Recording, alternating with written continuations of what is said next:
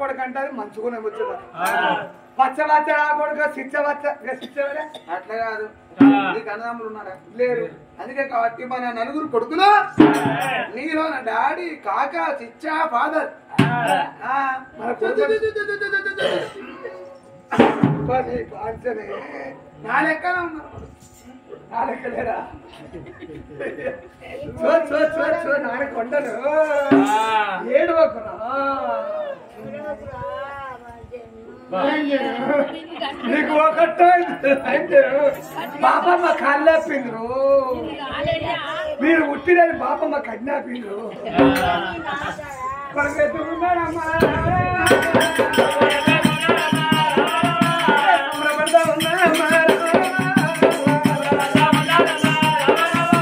ఒక్కడే కాదు నలుగురు కొడుకులు అన్నది నేను కొడుకును అన్న కొడుకు అయితే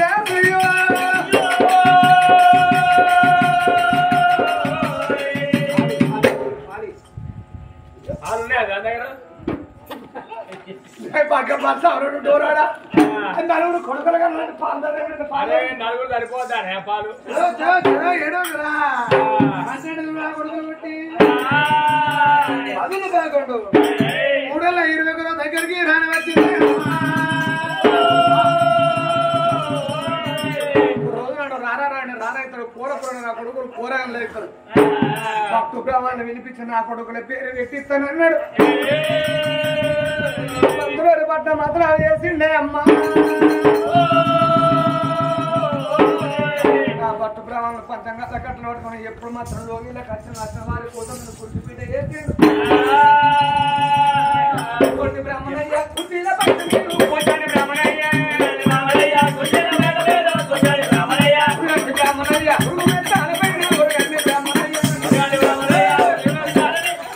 నువ్వు బాలంటవే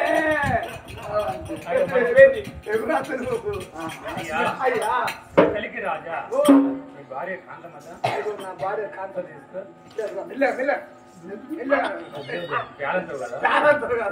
బాబా కుట్లు పైలం కుట్లు ఎప్పుడు ఇష్టమరా దాగాలు ఉంటది డవలు ఉంటది నీ మొగం డావాలో తెచ్చినా తెచ్చినా రెండు తెచ్చినా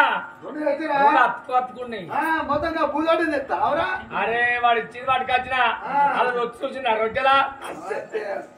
వాడు 10 రూపాయలు రొట్టె తెచ్చిండు 20 మంది తెచ్చిస్తాను అందుకే మంది తెచ్చింది తినదు 1 2 3 4 కొడుకు చూడు నలుగురు కన్నా ఏం తెలియలేదా నీ భార్య ఇంకొక 4 సార్లు కమ్మాలి ఒక్క వాడ మొత్తం నీదే అవుతుంది ఒక్క వాడ మొత్తమే నీది 3 సార్లు అయితే క్రికెట్ టీం అవుతుంది 4 సార్లు అయితే తినుగోల వాడించడం అంత అయితే నీది మళ్ళీ వాళ్ళ పోరాడు మళ్ళా పెద్ద మనిషి వేలం పాడుతున్నాడు అక్కడ ఓలేదు అప్పుడు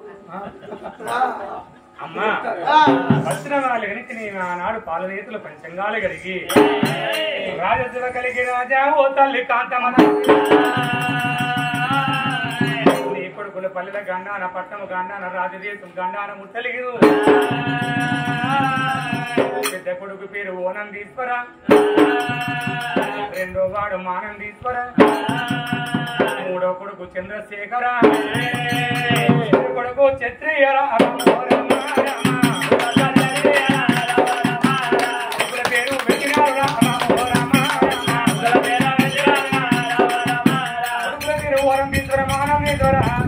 చంద్రశేఖర్ క్షత్రియ మహారాజమ్మ నలుగురు కొడుకుల పేరు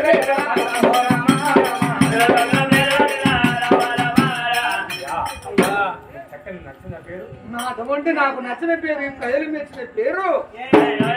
ఈశ్వర మహారాజు ఆనందేశ్వర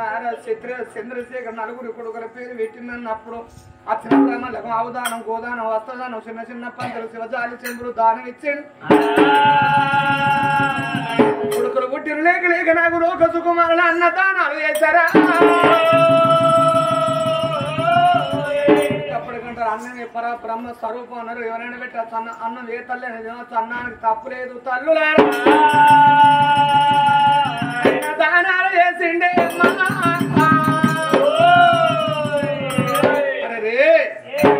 మరి అన్న దానం స్నానాలు చేసి వచ్చిన బ్రాహ్మణులు ఎలా వచ్చిందా మరి ఇక్కడ ఈ లోగిలల్లా శివగలికి మారాను కొడుకులో చూసుకుంటే సంబరపడతాను సంతోషపడతాను దాసోళ్ళ ఇళ్ళ అమ్మవారి సత్యవతి అయ్యో నాను మళ్ళీ పిల్లలు ఏదుకున్నావు కొడుకుతో సంబరపడతాను సంతోషపడతాను దాసోళ్ళ ఇళ్ళ ఆయన కూడు తింటానా కాని కూడు తింటానని కనగంట పుట్టాడు కన్నుడు ఇట్టందిరా అయ్యో ఆ తల్లి దాసోళ్ళ ఇళ్ళ ఏడుతుందా శివగలికి కొడుకులు చూసుకుంటా రామారామ రాజ్యం వీళ్ళ ఇట్లా ఉండని ఆ శివగలికి రావడంలోనా ఊళ్ళో ఉన్న మంది కాపులు కన్నాలు కొల్ల కుర్మ చాలా సభడైన కులాల 18 జాతుల మంది బుద్ధులే రాదు బుద్ధి చెప్పాలి జ్ఞానం లేని రాదు శివగలికి రాదు జ్ఞానం చెప్పాలి 5 నెలలు ఉంటే కాళ్ళలో పొన్న సత్యవతి అడక తింటదా ఎన్ని రోజులు అడక తింటది ఉన్నావరా దుసబందా అరే నాకు మస్తు బాగా అనిపిస్తుంది ఏం బాగారు ఆ తల్లి సత్యవతి పండుగైన పబ్బాన మర్చిందా ఇంటి పిలిచి బిడ్డ మీరు లేను అని మన బట్ట బాధ పెట్టింది కడుపుని అన్నం పెట్టింది తినచుడ మనం మర్చిపోతావురా ఎన్ని రోజులు అసలు ఇలా ఆయన కూడు కాని కూడు తినుకుంటూ ఉంటది శివగలికి రాదు బుద్ధి జ్ఞానం చెప్పాలి మనం తప్పు చేస్తామా రాదు మన తప్పు అంటాడు గట్ల బిడ్డ గిట్ల బతకాలి అంటాడు రాదు తప్పు చేసినప్పుడు ఎవరు చెప్పాలి మరే చెప్పాలి ఊళ్ళో ఉన్న మంది చెప్పాలి పని మరి పోదాం అని ఊళ్ళో ఉన్న పెద్ద మనసు శివగలికి రాదు బుద్ధి మాడి ఎప్పుడు వస్తామని ఓరి అల్లల్లాని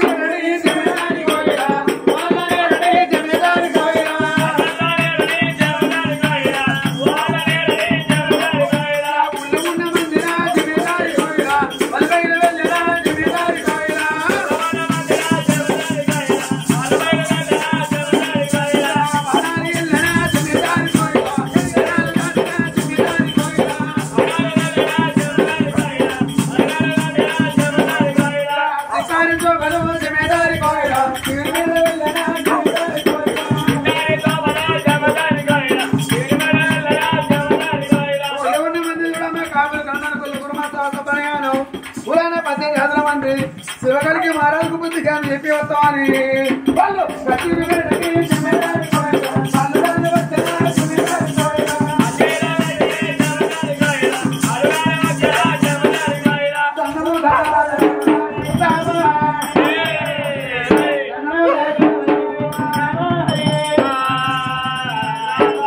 ఎందుకంటే ఇంకో వచ్చినారు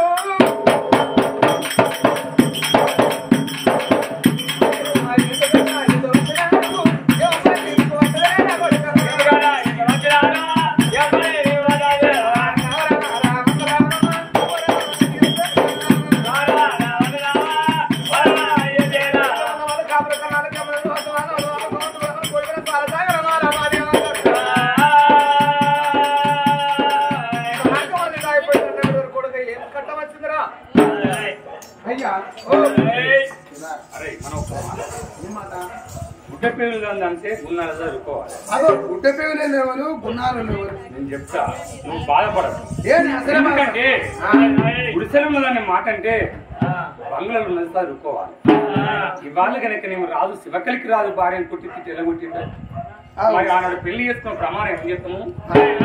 వచ్చేదాకా కాటబడేదాకా నేను చదువుకుంటాను ప్రమాణం చేస్తాడు ఇవాళ కొట్టి తిట్టి కోపం వచ్చింది సంసారంలో ఎప్పుడే వరకు కోపం వస్తుంది ఆ కోపం వచ్చి కొట్టి తిట్టి వెళ్ళకూడదు దాసులు బతుకుతాను ఎటు తిరిగి రాదు కనుక నేను సత్యవతిని తీసుకొచ్చుకొని సాధువులు కావాలి అయ్యా శివకలికి రాజా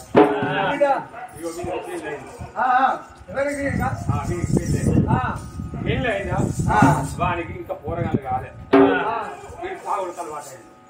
ఎందుకయ్యా తాగదయ్యా తాగదయ్యా భార్య అన్నకి లంజ కొడుకు పెళ్ళని కొడతారా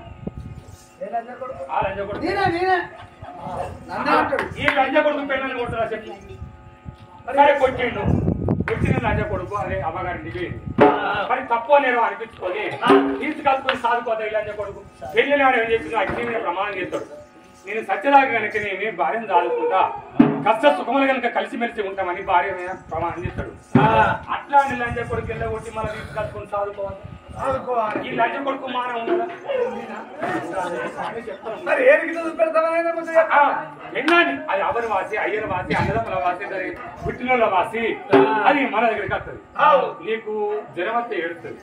నువ్వు కక్కుతే భారం అవుతుంది నువ్వు ఏడుగుతే ఎత్తుపోతుంది నీ బట్ట విడుతుంది నీ బాధ విడుతుంది నీకు మానం ఉన్నదారా అరే అట్ట కాదు అరే నువ్వు ఇట్రా ఇట్రా వీడియో నామొక ఎవిడెన్స్ పెట్టుకున్నా ఆనంద కూడా అంటాడు అయ్యా అరే నీకు రోగం ఆరా భార్య అంటే 3 వరుసలతో భార్య చదువుకోవాలి మిడల బ్రహ్మము లేచినప్పుడు అమ్మను వదిలిపెట్టి అయ్యను వదిలిపెట్టి అన్నదమ్ముల వాసి కయ్యల వాసి నువ్వు లంగవో నువ్వు దొంగవో నువ్వు తాగబోతున్నావు తిరిగిపోతావు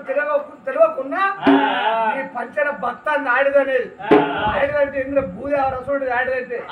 నృత్య ఇంకా తావుడేం పరుపు ఇంకా భార్యను కొట్టేందుకు ఎల్లగొట్టలేదు ఎందుకురా అయ్యా నువ్వు ఎప్పుడేమో మంచిగానే ఉన్నది నేను తాగుదా తాగా నా పిల్లాన్ని కొరత కొట్ట ఈ లంచ కొడుకేరా అన్నట్టన్నయ్యా అరే మరి ఇసురావు ఇట్లా ఇస్తావు ఒక్కగానే ఉంటుందా పుట్టింది కదా అంటే నువ్వు ఇష్టంటే వాడు అక్క అంటే ఇట్లా చేయడంగా తిరుగుతుందా అరే నా పిల్లాన్ని కొట్టుకుంటా తిట్టుకుంటా ఈ లంచ కొడుకే అక్కేరా అన్నట్టనా అరే నిన్ను నేను ఆడానికి నువ్వు ఎంత లంచ కొడుకు మాట దారిపోతు రాదన్నమాట పద్ధతులుగా మాట్లాడాలి అరే ఎవరో కూడా మరి తాగుడు ఎందుకు ఇంత పిల్లలు కొట్టేందుకు ఎల్లగొట్టేందుకురా భార్య ఎంత ముందు దాడుకోవాలి తప్పే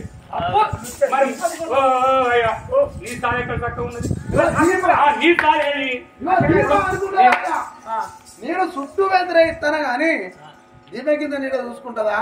మాకో సారి చెప్తాను రాజు నేను తప్పున్నదిరా అయ్యా నీ పెద్ద భార్య సత్యావతిని మంచి దెబ్బ నువ్వు దెబ్బ కొట్టచ్చు పెట్టిన భార్య ఎదిగైనా నువ్వు ఎంట్లాడినవా నీ భార్య కనుక దాసులు ఆయన కూడు కాంతిని కూడి బతుకుతాను నా భర్త ఇప్పుడు వెళ్తాడు నా భర్త పంత్ర బతుకుతానని ఆమె వెళ్తాను ఎందుకంటే నువ్వు చేర్చుకున్న వాడివి సత్యరాగానే నీ భార్యను దాదుకోవాలి కొడుకులా ఎల్లగొట్టు నీ సార్ ఎక్కడ పోయింది ఎల్లగొట్టు నీ సార్ ఎక్కడ మీరు అన్న మంచి మాటే అట్టి ఎల్లగొట్టు నాన్నరా దాని ఒక్క మాట నువ్వు గొడ్డు దాని అయితే చెప్పు చీపి అడ్డం వేస్తే మరొక పెళ్లి చేసుకుని ఇంటికి తీసుకొస్తా చెప్పు చీపి వచ్చే లంజ్ ఎట్లా వస్తుందో వచ్చే లంజ్ ఎట్లా ఇస్తో చెప్పు చీపి అడ్డం ఎత్తే చెప్పి దాటి రమ్మంటారు కోపం కొట్టచ్చు చెప్తే అడ్డ నీకు పెళ్లి జరిగి 6 ఏళ్ళు 7 ఏళ్ళు కూడా 13 ఏళ్ళు కలిసి కాపురం చేసింది ఒక్కరో నీ భార్య నీ మాట ఉన్నదా నిన్ను చిన్న చూపు చూసిందా నిన్ను కనుక నీ మాట దివదాటిందా అట్లా కనుక నేను అలాంటి దానికి మరి చెప్పు తీరా అడ్డం వేయాల్సిన అవసరం వచ్చింది అయ్యా మరి ఆడదానికి అట 66 గుణాలు ఉంటాయి అట 66 గుణాలు ఉంటాయని ఇటువంటి ఊరు ఈ ఊరు కడపన ఒక మర్రి చెట్టు ఉంటే ఆ మర్రి చెట్టు కింద భార్య భర్తల పంచాయతీ అంటే ఒక గొల్లమల్లమ్మ అటు బాయికాడి పోయి అత్తల్లాట ఇట్టే 100 మంది కూర్చున్నారు కదా పెద్ద మనుషులు కూర్చున్నాక పెద్ద మనుషులు విద్యావతి ఎప్పుడు తెలియకను దానికి ఆడదానికి 66 గుణాలు ఉంటాయిరా ఏ గుణం దొరిందో దబ్బరికి ఆ మాట ఉన్నది కావచ్చు విద్య కలిసిమెలిసి బతకాలరా నేను సామెత చెప్పిండు అల్లొక్క పెద్ద మనిషి చెప్పినాక ఈ గొల్ల మల్ల అయ్యిందయ్యా ఇన్ని ఇంటికి వచ్చాక మల్లమ్మ ఆడదానికి 66 గుణాలు ఉంటాయి ఒక్కటి చెప్పే మరి ఒక్కటి చెప్పాను రోజు నేను బాధ పెడతాను పెళ్ళాన్ని బాధ పెడతాను ఏందయ్యా వాడెవడా అంటే నన్ను బాధ పెడతావు ఆడదానికి 66 గుణం మాట వరుస కనవచ్చు అంతే అన్నందుకు నన్ను బాధ పెడతానని ఈమె ఇట్లా ఏగిలేతి పూర పెడతాను ఆయిటి పోయిన దినం ఆయన పొద్దుగా లేచిన ఎట్ల ముందు వేసుకుని నాగలు గట్టి అక్కడ సిలికి దుంతాను పేయండు అక్కడ నాగలు గట్టి దుంతాను అమ్మటాలు అవుతుంది మీరు 66 గుణాలు ఎత్తా అని ఆ రోజు కనుక నేను పచ్చాపలంగా ఊళ్ళో 2 కిలోల బొమ్మ చేప కొనుక్కున్నది గొల్ల మళ్ళా కొని ఏం చేసింది చేపల కూర అదే ఈ చేపలు పట్టుకున్నది అక్కడ సిలక కాడిపోయింది ఆ గొల్లమల్ల సుట్టలాగాలి పట్టినది అగి పెట్టలేదు అక్కడ సిలకలు ఇంకో ఆయన దుంతాడు అక్కడ వీళ్ళు సుట్టాలు పెట్టుకుని ఆయన మాట ముచ్చట పెడతాడు ఇవ కనబడకుండా వేడి ఆ నాగడి సల్లకు ఆమె చేప వేసింది వేసేనుకో మరి ఇంటికి వచ్చింది రాంగింత పచ్చగూరు వచ్చింది ఇంటికి అక్కడ కూర అండి ఆయన వచ్చాడు నాగలు పట్టి అన్నాడు ఇట్లా నాగలి కానీ దూరం పోయిందా బొమ్మ చేప చెంగుని పోయింది అరే నాగలు నిలబెట్టిండు చెప్ప చూడు తువాలను ఉంచుకున్నాడు పట్టుకొచ్చిన ఇంటికి బొమ్మ చేప వాళ్ళమ్మా బొమ్మ చేప తెచ్చిన మంచిగా దగ్గర అండు నేను అప్పటికి వచ్చే వారికి అండు నీకు సిలకదుందన్న మళ్ళీ వేయండి చేపల కూర అనేది పెట్టింది పొద్దు ఎక్కడ కళ్ళు వాడికలే ఏదో ప్రాణి వాడికలే ఎక్కడ కళ్ళు వాడికలే ఆయన కళ్ళు వాడికలు ఆగిన ఇంటికి వచ్చిండు వెనుకడ దీపాలు ఉండేవి కదా ఆడ దీపం పెట్టింది కంచం అన్నం పెట్టి ఇంత పచ్చ కూర వేసింది ఆయన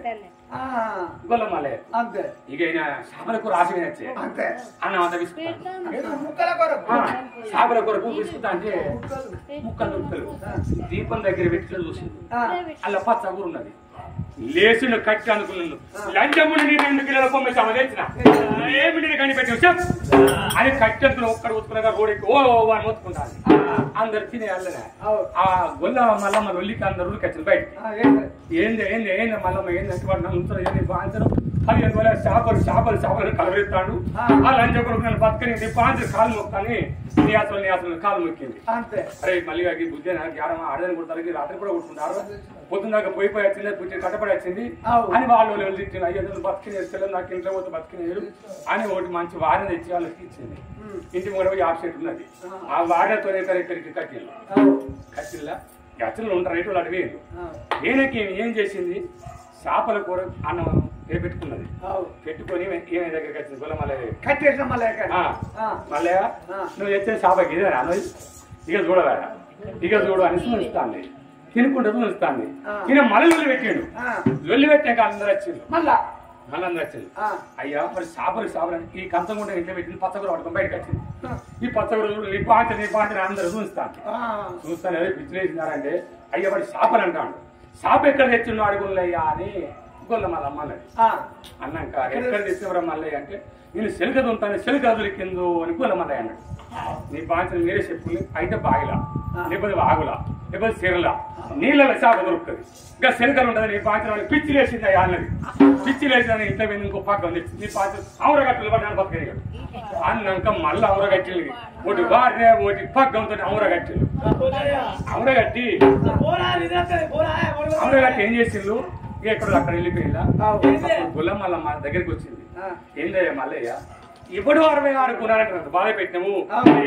నాద ఒక్క గుణం చెప్పి నువ్వు పిచ్చోని చేసిన ఇంకా 65 గుణాలు నేను చెప్పాను మల్లయ్య అన్నది అద్దె నీ దండ పెడితేనే మల్లమ్మ ఒక గుణముతోటి నన్ను పిచ్చోని చేసి సిద్ధు కట్టేసి ఇంకా 65 గుణాలు ఉన్నాయి అన్నాడు 65 గణం గుణాలు ఉంటే నేను వచ్చి మట్టి కలిసి పోతా ఎప్పుడో అన్న మాటను పట్టుకున్నా అయ్యా ఆడదానికి 66 గుణాలు ఆ తల్లి సత్యవతికి ఆ గడియలు ఏం గుణం దొరికిందో ఆ చెప్పు అడ్డం వేసింది కానీ అయ్యా మాట దేవదాని నీ భార్య ఒక్కనాడు మాటలు లేదు ఒక్కనాడు కనుక నీ మాట నిధి వేరలేదు నువ్వు కొట్టి తిట్టి ఎల్ల కొడితే కాసు వల్ల ఇళ్ళ కనుక ఆయన కూడదిని కాని కూడదిని నా భర్త ఎప్పుడు రమ్మంటాడు నేను పోతానని చూడు నీ రాకడ కొరకు నీ పిలుపు కొరకు నీ భార్య 1000 కళ్ళతో చూస్తానయ్యా ఒక్కొక్క మాట ఊళ్ళో